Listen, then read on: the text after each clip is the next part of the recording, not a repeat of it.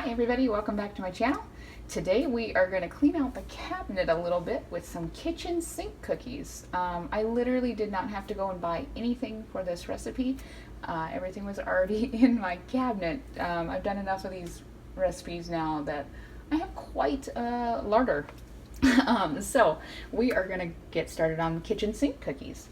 So first off, I need 225 grams of unsalted butter. So I'm just going to go ahead and get that in my mixer right away. Now it is softened up. Been sitting on the counter for a little while. So 225 grams of that.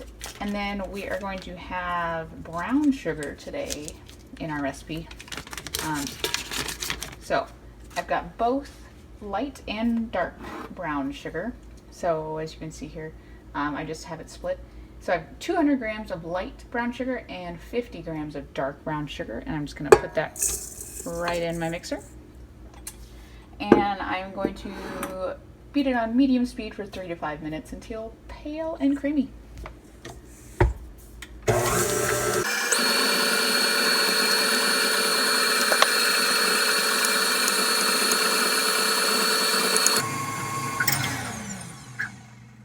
Okay, that looks pale and creamy to me.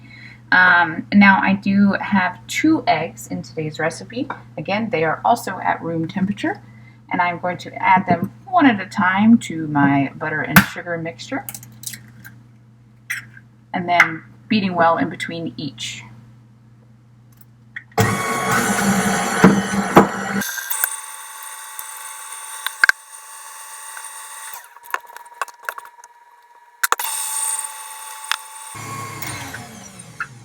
Alright, my 2 eggs are in. Now I'm going to add my flour. So I've already sifted my plain flour, 225 grams, with my pinch of salt and my teaspoon of baking soda or bicarbonate of soda.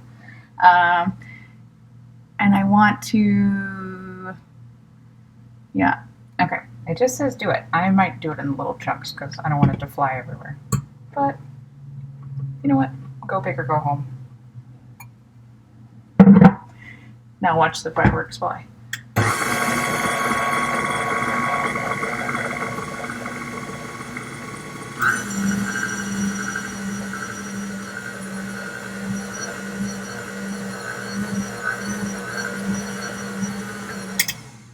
Okay, it does want me to add the oats as well before I get this all mixed. So we have 75 grams of rolled porridge oats. They have different names for the oats in every single one of these recipes. One time it was porridge, one time it was rolled, now it's rolled porridge.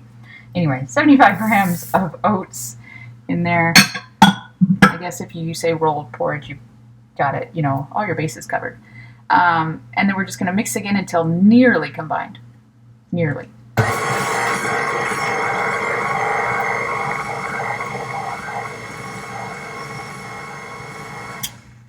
Is that nearly combined? I mean, that wasn't very long, but I don't know if, whoops. I don't know if you can overmix with this. Alright, and then I think I'm done with the mixer, I think.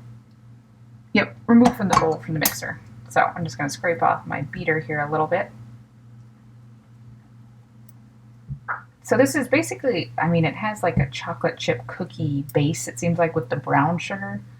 And then we're just going to add really whatever we want to it. I'm going to take this off, push that out of my way. Alright. So now is where we get to add all of the good stuff. Actually, this kind of looks like monster cookies. I make monster cookies quite a bit. And I kind of have an addition that's going to make them kind of like monster cookies.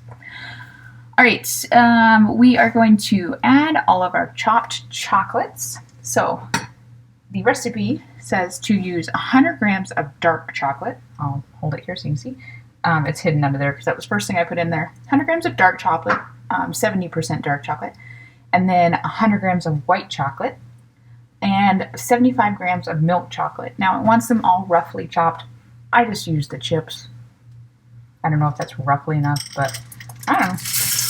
Putting it in. Okay.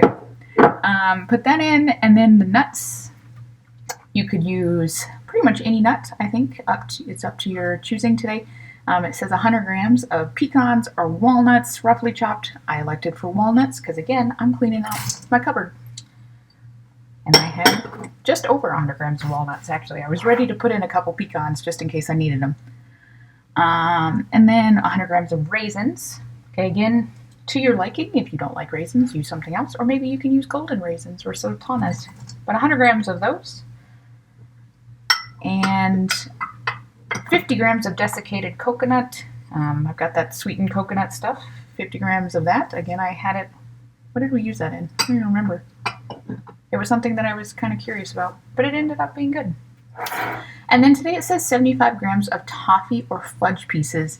Now I don't have toffee or fudge, but I do have M&Ms, so that is going to be my substitution, and it'll make it more colorful. So, you know, I'd probably just threw some of the healthy out the window, but I don't care. All right, so I'm going to use a large spoon. I've just got my rubber spatula here. And I'm going to mix together to thoroughly incorporate until all the pieces are evenly distributed.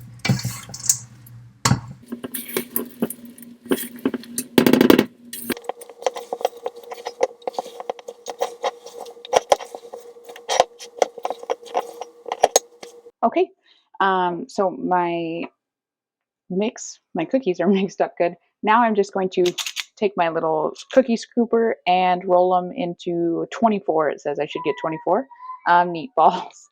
But I will get going on that.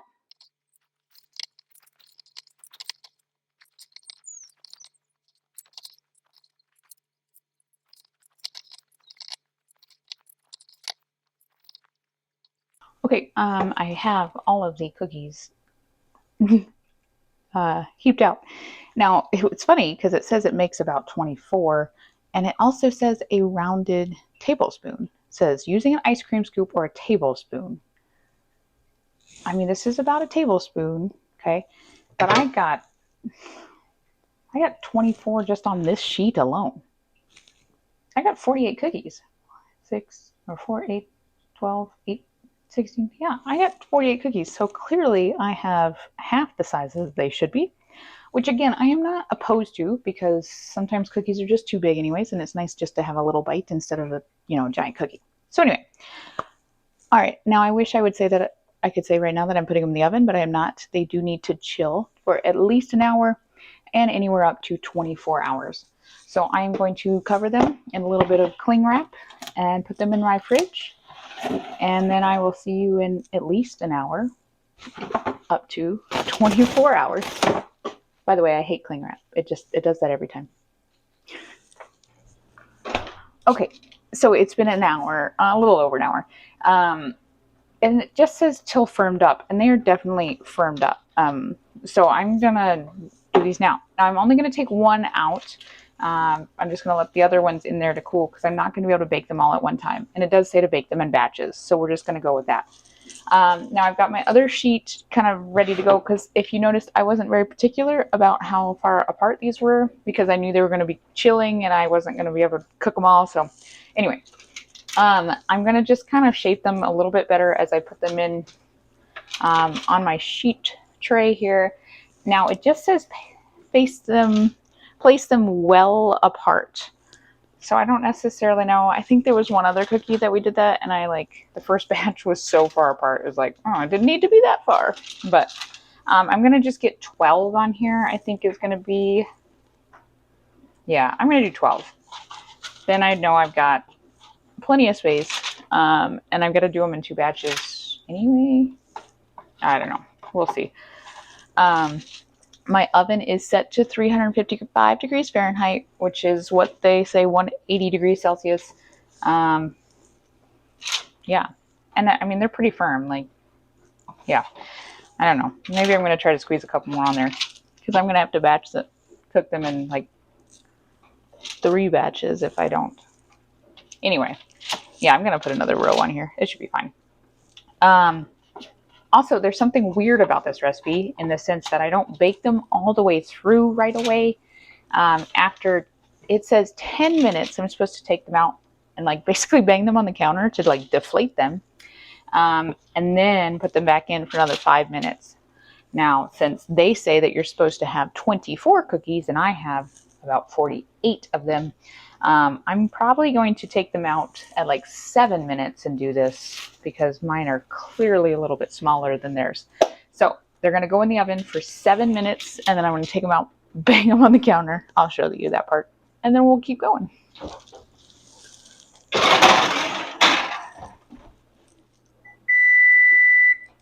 Okay, that was 8 minutes. I decided to go with 8 minutes. Okay, just because at 7 minutes they were still really dome-like. So 8 minutes. I don't know. Whoops. Okay, that should deflate them slightly.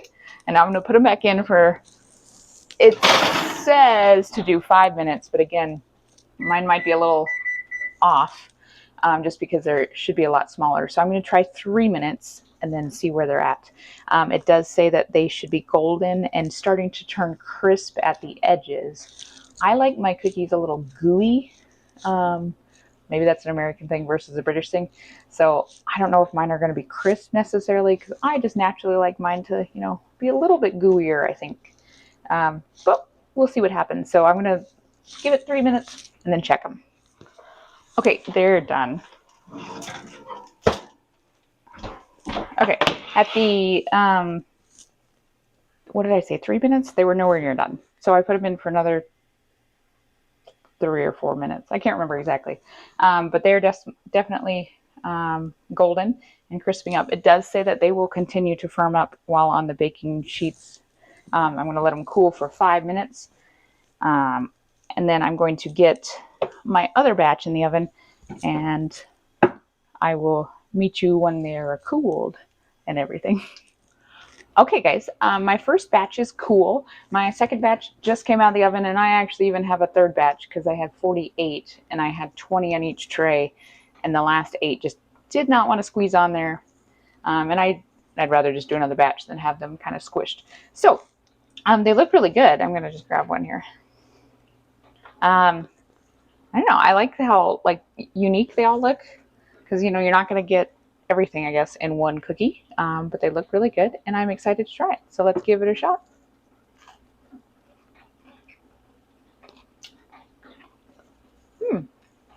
Definitely think chocolate chip cookie. But yeah, I gave it just the right amount of time in the oven. It kind of breaks just right. But yeah, that's good. I like that. I haven't done a kitchen sink cookie, so I was just trying to get that coconut piece that I saw. But yeah, this is really good. I love the fact that you can make a cookie out of whatever's in your cupboard without it being stressful. So if you needed to throw together a quick batch, but you don't have but you don't have, I don't know, raisins, use whatever else you got. Or if you don't have walnuts, skip them, whatever. But yeah, it took about right on the time. It said 20 minutes, hands-on, and then the baking. Baking's taking a little extra longer because I had so many batches, but whatever. But yeah, that was the latest bake in my Great British Baking Show cookbook. Love to bake. I'm having a good time with this. These cookies are turning out great. I'm, sharing most of what I make. No, I'm doing a pretty good job about sharing it. Anyway, if you like this video, great. Give it a thumbs up. Subscribe so you can see what's coming up next. And as always, I will see you next bake.